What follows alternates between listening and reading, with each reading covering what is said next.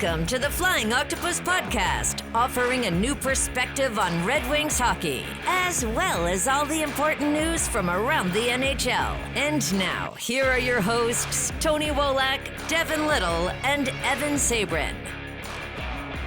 So, going on social media after the Red Wings lost to the Montreal Canadiens on Tuesday night, it was an uncomfortable place to be.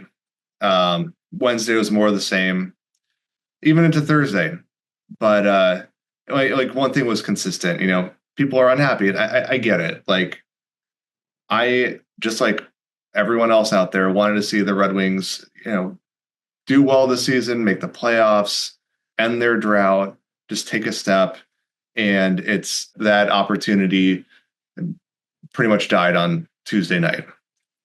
And, with that came the rage that comes with that. People are calling for Yzerman's head, people fighting back saying, no, Yzerman's not the issue. It's the veterans, buy out this player and that player and trade that player. And if Axel Sandin-Pellikka doesn't have a roster spot and at the start of next season, then what are we even doing here? And then you have the I'll call them the fancy stats experts, joining the conversation to frankly get engagement and saying, well, the Red Wings were mid. I thought they were going to be mid, and then they were mid. So I don't know why you even got your hopes up, which of course is, great analysis, but people were frustrated. People were angry. There was lots of rage to go around. And honestly, what it really made me think of is just gentle parenting with my toddler. And I'm not trying to belittle anyone whatsoever with that, but I get it. It's kind of the same. If my kid is having a meltdown, just like social media, Red Wing social media was, he's having a meltdown, you approach it with a gentle parenting tactic and try to, validate their feelings and redirect and find a distraction. And luckily, there's the Pistons and Tigers right now, at least. But, same thing as what I would say to him. It's hey, it's okay. These are big emotions, and I get big emotions too, and we all do, and that's okay. But what we can do is we can do something else. We can go watch the Pistons. We can go watch the Tigers. Do you want to go watch the Tigers? Let's go watch the Tigers. That was my sort of analysis of the last 48 hours, but there was one person having a great time on social media, and that was Devin. And that would be because my Western Michigan Broncos have advanced to the NCAA finals. Their first time not only making the Frozen Four, but making it all the way to the championship. I'm very excited as a WMU alum. This is a very special group. I don't want to dwell on it too long. This is obviously a Red Wings podcast, but man, exciting times here in West Michigan. If they seal the deal on Saturday, it might be a very exciting show next week because maybe I have to do the fight song or something. I don't know. I'll leave that on the table. But welcome to episode 30 of the Flying Octopus. Thank you for joining us. I am Devin Little. That is my co-host, Tony Wolak. Our other co-host, Evan Sabrin, is currently underwater, I believe. He's enjoying some water park festivities, but that's okay. You can find us wherever you listen to your favorite podcast, Spotify, Apple Music, you name it, we're there. Check us out on YouTube, all the social medias, X, Facebook, Instagram, you get the idea. But now that we're done plugging ourselves, let's go back to talking about the Red Wings. Obviously, this was a pivotal week for the Red Wings. Like you said, Tony, that game against the Montreal Canadiens was the biggest game of the season. That is the team that they were chasing for a playoff spot. 4 points, quite frankly, were on the line in that game, and they lost the game 4-1. And it was disheartening. That first period was some of the best hockey they've played all season. They dominated the Canadiens. I think the shots were 22-5 or something along those lines. And then just over the course of the game, they just lost control and they weren't able to build on their 1-0 lead. And before they knew it, they were behind the 8 ball, and they just were never able to get momentum going again, and they lost the game. And then, of course, Thursday night against the Florida Panthers, if the game against Montreal was the final nail in the coffin, this game against the Panthers was salt in the wound because it was another 4-1 loss. Same idea. They jumped out to an early lead, but were not able to build on it. Tony, we were kind of talking off camera before we started here about just kind of what these two games made us think about. Because ultimately, yeah, there's not really a whole lot to talk about with these games. We've seen these games multiple times over the course of this season. I guess, what are your thoughts, Tony? What can you kind of say to that? Look, I think the last two games were sort of a microcosm of the whole season. There's no offense, right? There were spurts where there was winning streaks and Red Wings were scoring, but like in the grand scheme of things, this team, their offense was not what they needed to be, especially at 5-on-5. Like they've been buoyed by a strong power play throughout the year, and it went cold, and they went cold. If you look at what the Red Wings have done since the Four Nations break, they're 2.61 goals per game. That ranks 27th in the NHL, and that is not what you want to see for a team like right outside a playoff spot. And that's where they were, or they even had a playoff spot after the break. So it's frustrating to see just like that. What that was, their offense just kind of just died on the vine, and the power play went cold at the wrong time, and it does kind of, I don't know. It's like you can look at it from a couple of different perspectives. It's like if the Red Wings, they caught fire at the end of the season, but they just missed out. Maybe there wouldn't be too much tinkering in the offseason, but like we're seeing this cold streak on offense, for the last third of the season, really. And, there's 4 games left. Obviously, we're going to be paying attention, watching them, because it's like there's not going to be Red Wings hockey until September. So enjoy it while we can.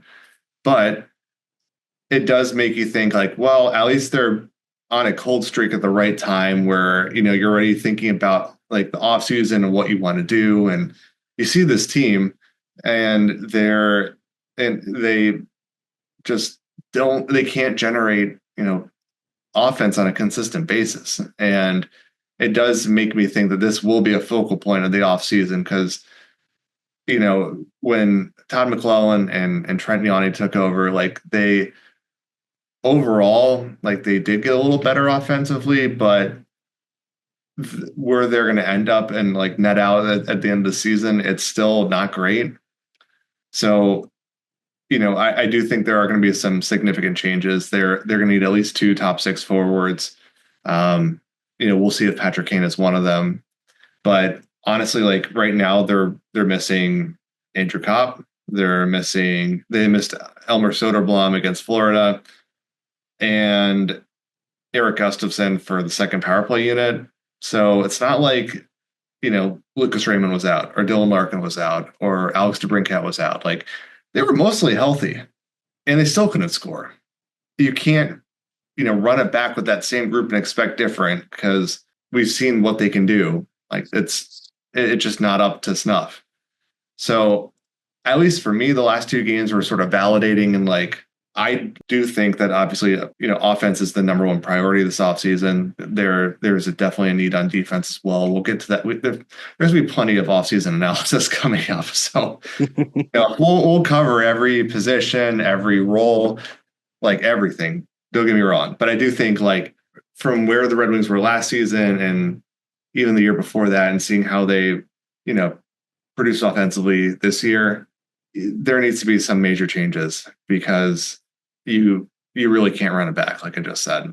It's unfortunate because this is kind of the time of year where your mind does start to dwell and wander off to next season, even though, like you just said, there's only 4 games left this season, and you do want to appreciate it while you have it. It's like 2 weeks into the playoffs, you're like, man, I wish the Red Wings were playing again. But yeah, it's going to be an exciting offseason. I think you've kind of highlighted why. It's very clear that this group does not, it's not up to snuff, like you said. And I think that when you kind of know which players are going to be here next season, they're the core players, the players that you're building around.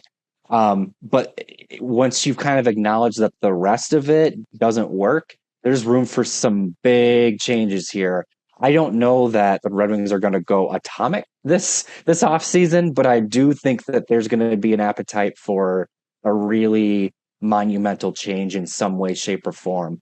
I do believe, you said this in a previous episode, Centennial season is next year. That's a big deal. And I do think that, along with so many other things, including the emotions that people are feeling right now about this team, are why there's going to be a nice push towards ending the drought next season.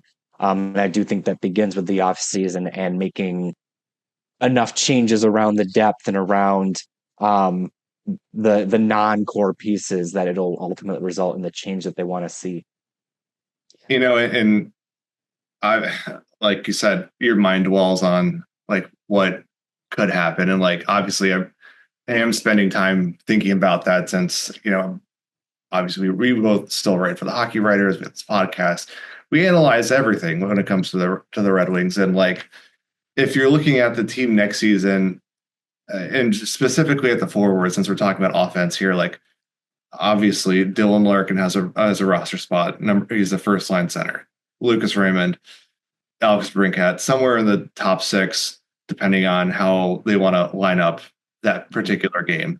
But 2 top 6 wingers for sure. And you'd like to think that Marco Kasper is going to come back as the second line center. You could potentially move to the wing if they have a better option, but it's kind of unlikely. So more than likely second line center. That's 4 players who I can comfortably put into roster spots next season, like in like specific roles. I would say that Andrew Kopp and Elmer Soderblom definitely have roster spots as well. I'm just not sure where they would go. Like maybe Kasper, moves to the wing and Kopp goes to the second line center. Maybe it's the third line center. Maybe it's the fourth line center. He's like the checking center. I don't know. And then Soderblom, probably a third line winger. Depends on how they want to, line up. But those 2 for sure have a roster spot. And then I have my column of 3 question marks because I have no idea what's going to happen with these guys. I don't know where they're going to go in the lineup. I don't know if they're going to be here next year. I don't know what the plan is. Like they could. And some of these players could be in Grand Rapids. They could be in Detroit. They could be free agents. They could be traded. They could be bought out. I don't know. And that includes JT Compher, Jonathan Berggren, Vladimir Tarasenko, Michael Rasmussen, Patrick Kane, Michael Bronseg-Nygaard, Carter Mazur, Nate Danielson. Like the last 3, the prospects, it's either like, in Detroit or in Grand Rapids, but you're not quite sure how things are going to shake out with the roster, with offseason moves and how many, young players they want to bring in. It's all 3 in my mind have a shot to make the team next year, depending on how things play out. Like I do think the talent is there, just a matter of what is best for the organization long-term. But I mean, with 4 players penciled into the lineup and 2 players who will be there somewhere, that leaves a lot of opportunity for change. And, I welcome it because, if you're looking at guys like Compher and Berggren and Tarasenko, all 3 had pretty miserable seasons. And I think at least for Berggren and maybe a little bit for Compher too, Marco Kasper's ascendance to, the top 6 kind of pushed them down a little bit. And kind of limited their opportunities, limited their matchups, relegated them to a more of a third line role, took Berggren off the power play for a while. So I can get how them not meeting expectations there can partly be explained by Kasper greatly exceeding expectations. But then when you look at like Tarasenko, the Red Wings really needed more from him. And I am really curious to see how that's all going to shake out with the trade talk that happened, around the deadline. And then with Michael Rasmussen, it's like how many opportunities is he going to get? Like he's on the second line right now and just cannot generate much offense. And like, it's not like he's an overly physical guy as well. And it's like, is he a winger? Is he a center? Is he just like checking fourth line guy at this point? And like, I know he's signed for 3 more years, but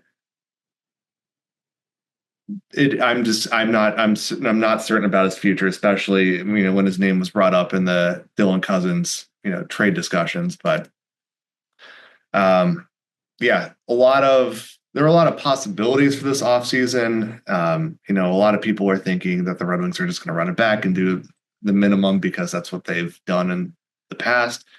Other people think there'd be significant changes. We'll see. But in my mind, there is certainly opportunity to make some big changes here.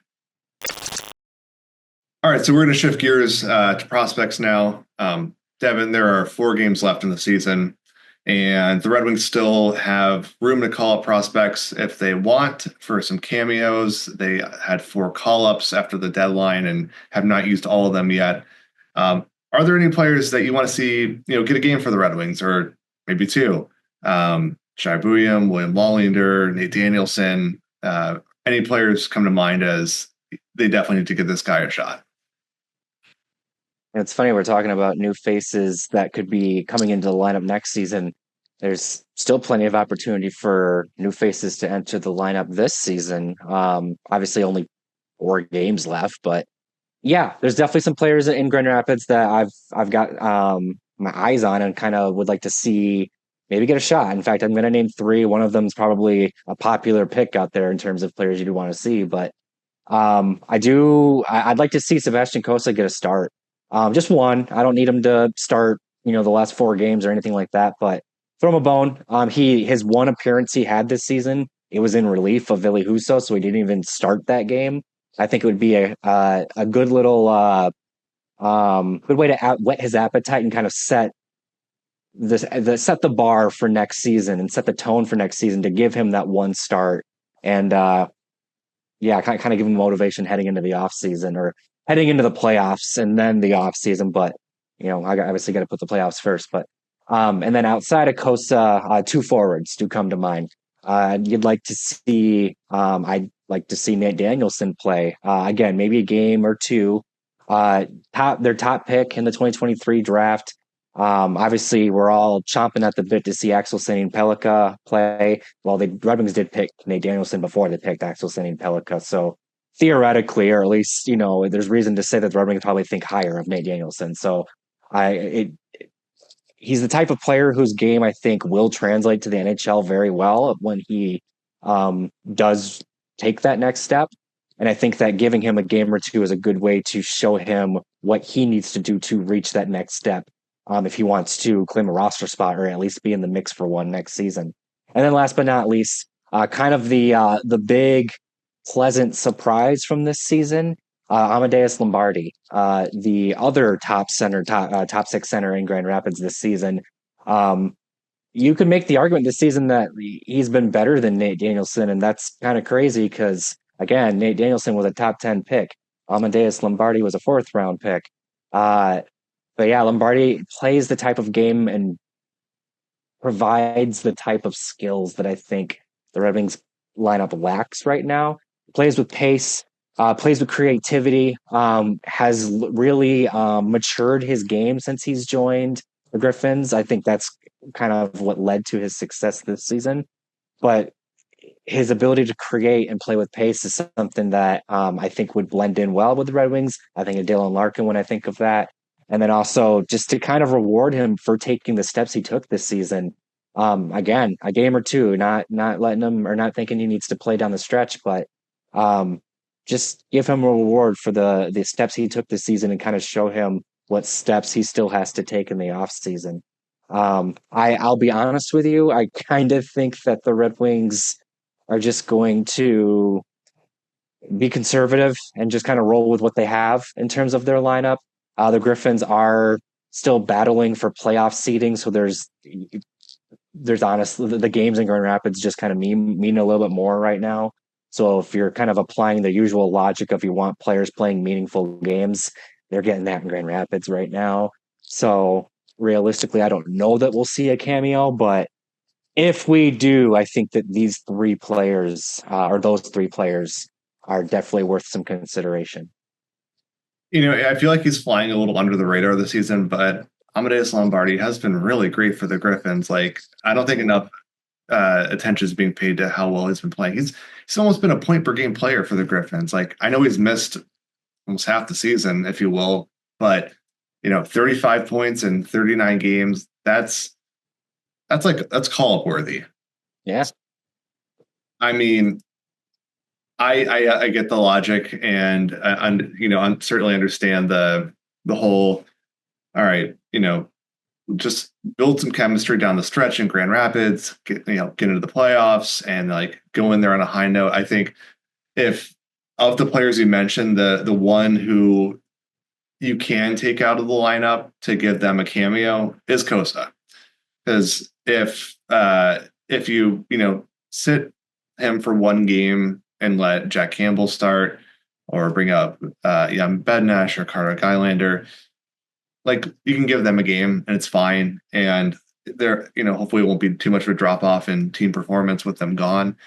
And, Kosa gets the opportunity to actually start an NHL game, have that like experience and use that to, like the coaches and the managers love to say, have a big summer and, go in motivated, put in the work, and then come to training camp ready to battle Cam Talbot and Peter Mrazek for a role in Detroit.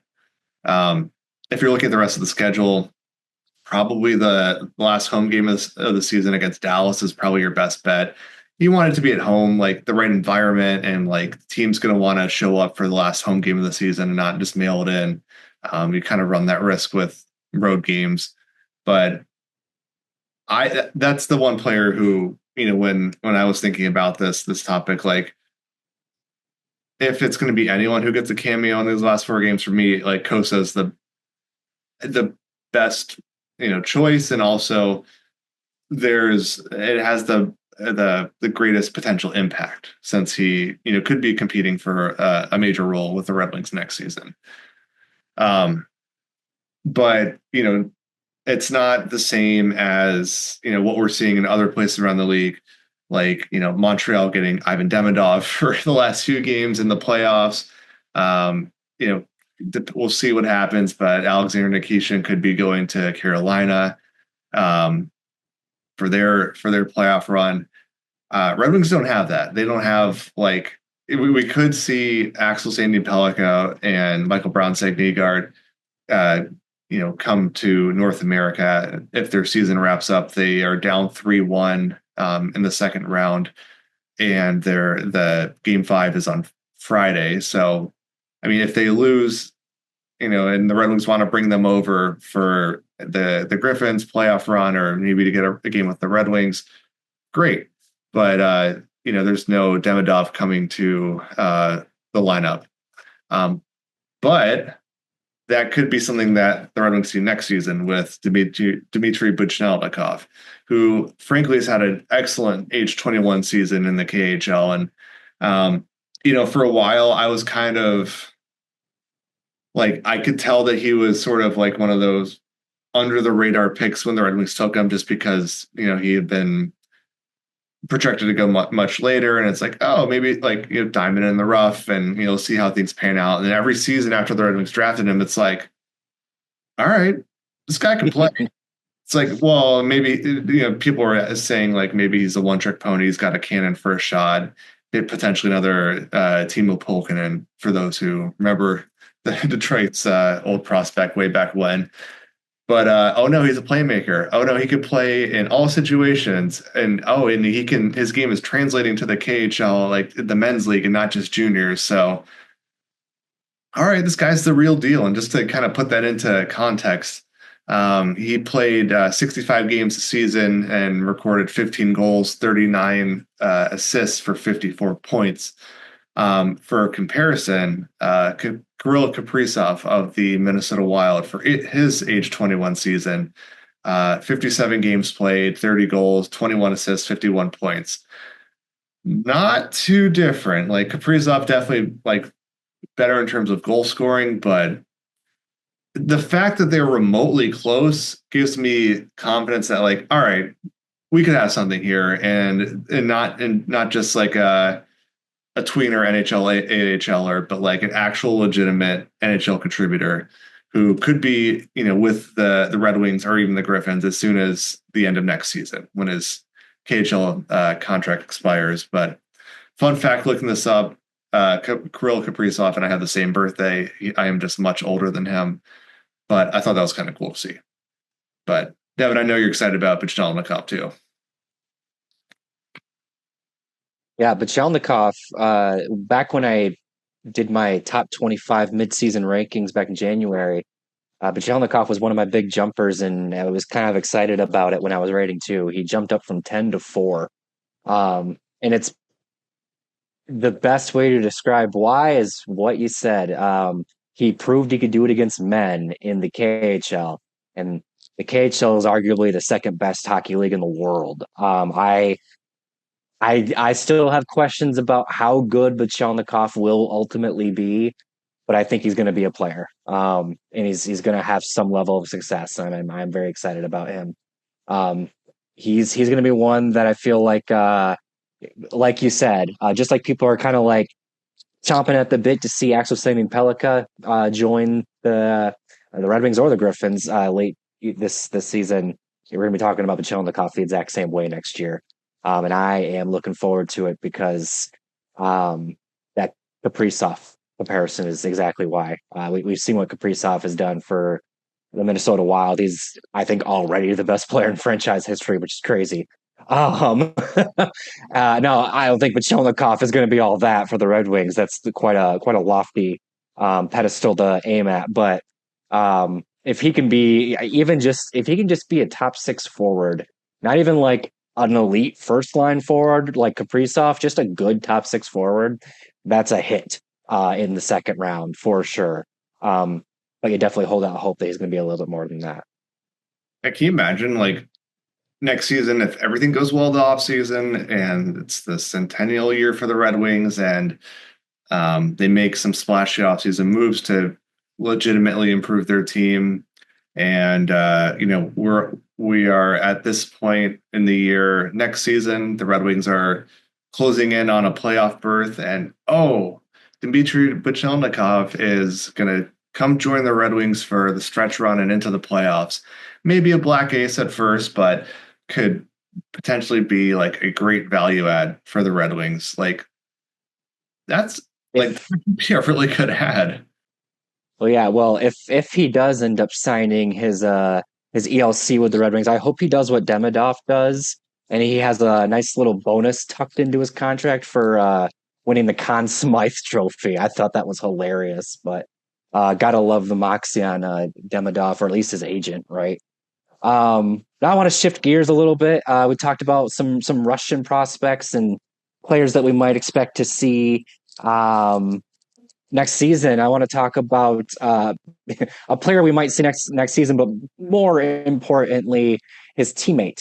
I'm referring to Trey Augustine over in Michigan State. We kind of hope that after his season next year, he'll be joining the Red Wings in some capacity.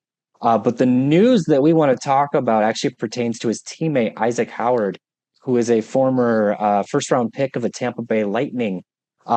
It was, after the Spartan State concluded, there was, kind of some expectation that Howard would maybe sign his ELC with the Tampa Bay Lightning. There was no sign that there was any friction between the two sides, but it was recently announced Howard's going to return for his senior season, and now he's on that watch that you find collegiate athletes on every now and then, where are they going to sign with their team? Because if they don't by a certain date, the team loses their rights. Interesting situation setting up here in Tampa Bay. Tony, I'm curious, what are your thoughts on this developing situation? It was kind of surprising, wasn't it? Like, I think we all expected Trey Augustine to turn pro, and when he didn't, and it kind of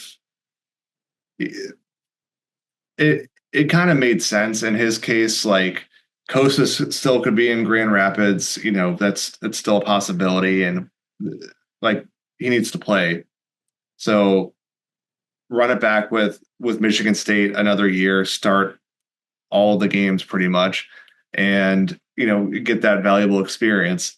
So I guess that wasn't too surprising, but he did have quite a few teammates sign entry level deals and turn pro. I really thought Isaac Howard was going to do the same, especially with the Lightning, and pardon the pun here, surging down the stretch and capturing a playoff spot and actually like moving up out of the wild card for a bit there. And they have these draft picks and they have these prospects, but a lot of them turn into trade chips. They just keep, saying, yeah, we'll get to that part. We're trying to win now. So it would not be surprising, given the misalignment between Tampa and Howard on what would happen after Michigan State lost. It wouldn't be surprising if he was a trade chip next year, if Tampa Bay has another playoff bound team and they need to add another Yanni Gord or whoever it is down the stretch, another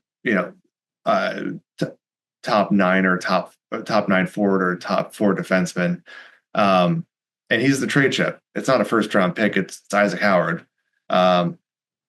But even if they do trade him, like maybe the possibility of, hey, on August 15th next year, I'm going to be a free agent. I can sign wherever I want.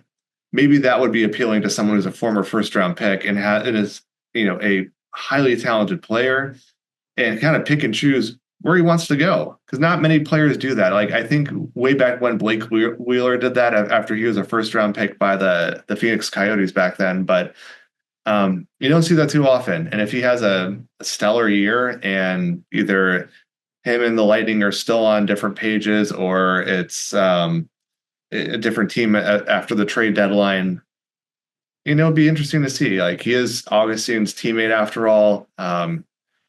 Kind of in Detroit's backyard, and it wouldn't be surprising if we got to that point. There's obviously a lot of things that need to happen first, but if the Red Wings did pursue Howard in some capacity, and just to give context to this for those who haven't learned about it yet, but Elliot Friedman shared this in his written 32 Thoughts article. There was some misalignment on what would happen when Michigan State's season ended. And Elliott said, and I quote, "I admit to being a little bit surprised as the Lightning were promoting his Hobie Baker candidacy, but word in NCAA circles is the team and Howard weren't simpatico on where everything stood at this time. We'll see how things proceed from here, especially if other teams are interested." So big question mark there. And, even though the Red Wings have rebuilt, they have a deep prospect pool. If they can get their hands on an Isaac Howard type of player, that'll be great. Absolutely. Ben Sherratt for Isaac Howard, 1-for-1. Who says no? I'm just kidding. No, whenever I think about this situation, I always think of Adam Fox, honestly. Drafted by the Calgary Flames, traded to the Carolina Hurricanes, and then traded to the New York Rangers all before he even played a game. Just one of those players that wasn't going to sign with a team that drafted him, and then somehow did the Mikko Rantanen before Mikko Rantanen and was like funneled through Carolina. But anyways, I think, that was exactly what I thought when I saw the report about Howard. Oh, Tampa Bay has a trade chip now, like for sure. I don't think, unless they get on the same page, there's no chance at all that like he just walks at the end of the day and Tampa Bay gets nothing. They will get something for their investment here. He's a former first round pick. You're not going to let that type of investment walk, especially when you're a team like Tampa Bay who never has a first round pick. Now the question is what do they want? What are they ultimately going to move him for? Interesting times. I do think it'll be interesting to see if Howard has a preferred destination like Adam Fox did back in the day. He is from Wisconsin, so it's not like a usual, where's he from? Because Wisconsin doesn't have a team. So Maybe he, if we're going the route of close to home, maybe it's Chicago, maybe it's Minnesota. Heck, maybe it is Detroit because he goes to school here and clearly has a teammate that he enjoys in the system as well. But um, it'll be interesting. I think Isaac Howard's going to be a name that we hear more and more as we get into the off season and possibly even into next season too. He might be kind of their big trade deadline trade chip next season. Now, last little bit of news here that I feel like we have to talk about because it's not very often that you witness hockey history. Alex Ovechkin is the new NHL career goals leader, beating Wayne Gretzky. I know it's a cliche, but it's one of those things you never thought that record would be broken. Ovechkin did it, and he's still going.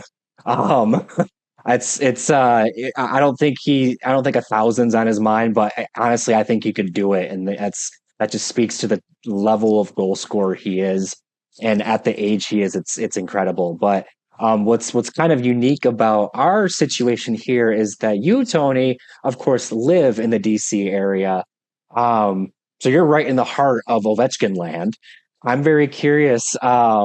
Just you're kind of our boots on the ground in the situation. What was it like? Did you is the town or is the city like going nuts for Ovi right now? Reporting live from suburban Virginia. No, Yeah. yeah, no, it was fun. Like, he set the record on Sunday. They had the 12:30 game against the Islanders, and so on Saturday I met up with some friends and at a brewery, great place to take toddlers, you know. So one of the guys, he wore his Ovechkin jersey. It's the Capitals black alternate jersey, and it's like 80 degrees out, the sun's shining. Like, he must have been absolutely sweltering in that thing, but like was hyped about him possibly setting the record and talking about it a bunch. People were coming up like, "Oh, did you just watch the game? We thought he was gonna set the record with the hat trick." And like, there were lots of people like at this one brewery like wearing Capitals gear, Ovechkin gear, and like there was this like buzz about it. And then like the next day, we my wife and I took our son to like a outdoor market sort of situation, and again, Capitals gear everywhere, and Ovechkin shirts everywhere, jerseys everywhere, and mind you, like, this is like at least half an hour outside the city. It's not like we were right by the arena or anything. Like, you could overhear people talking about it. Like, do you think he's going to do it today? Do you think he's going to do it? And it's like there's an actual buzz in the air. And what I find, amazing about that is I was in high school when Ovechkin first entered the league in 2005. And back then in this area, hockey wasn't much of a thing. Like, I was a Red Wings fan. Like, hockey is always my thing. I was playing hockey and playing juniors and all that. But like, everyone else that like I grew up with is just like, it's hockey's whatever, football, baseball. And so to see hockey in the DC area go from this like, oh, it's this like sideshow thing to having a franchise, no, not even franchise, a league icon come in and just turn the city into like a hockey loving city, and just the whole metro DC area, like as far far west into like West Virginia and into Maryland and to Delaware, and it's crazy like how much this whole like mid-Atlantic region loves the Capitals and Ovechkin now, just because this guy came in, was an absolute rock star. He dominated the sport from the time he entered the league and won a Stanley Cup, the first in franchise history. And for my friends who I played hockey with and grew up with, who were Caps fans, and I was obviously really happy for them when the Caps won the Cup. Could stop rubbing 1998 in their faces anymore. And to see him set the record and us still be like, best friends after like going to these cheap ass Caps games back in the day because no one went to them. like it was a cool thing to see. And it obviously brings back a lot of memories from his early seasons, but it really is amazing how much he has transformed the sport, the franchise, and the league, not only in the Metro DC area, but like around the world too, because he has. I like how you described Ovi there, an absolute rock star. There's no, in my mind, better way to describe that guy. A rock star for the Capitals, and like you said, an icon for the NHL as a whole. But that's going to do it for us this week on the Flying Octopus. Thank you for joining us as always. Be sure to check us out on YouTube. Check us out where you listen to your favorite podcasts. Check us out on social media. Say hi to us if you're on social media as well. We love to interact with our fans. The Red Wings do have a couple of games coming up. I know the season is still going on. They have a game against the Tampa Bay Lightning Friday night. Will probably be Peter Mrazek in net for that one, as he was the backup against the Panthers. Monday night against the Dallas Stars. Maybe that's the game we see Sebastian Kosev. Maybe not. We'll see. And then Wednesday night, they will take on the New Jersey Devils. And then Thursday night, which will be the next time we're recording, they close out the season against the Toronto Maple Leafs. So one more of in-season podcast from us before we're in off-season mode. Oh boy, looking forward to it. But until then, this has been Devin. That has been Tony. You have been a great listener. You have a good night. Thank you. Thanks for listening to the Flying Octopus Podcast. Follow us on YouTube at the Flying Octopus channel and Twitter at Flying Octopod.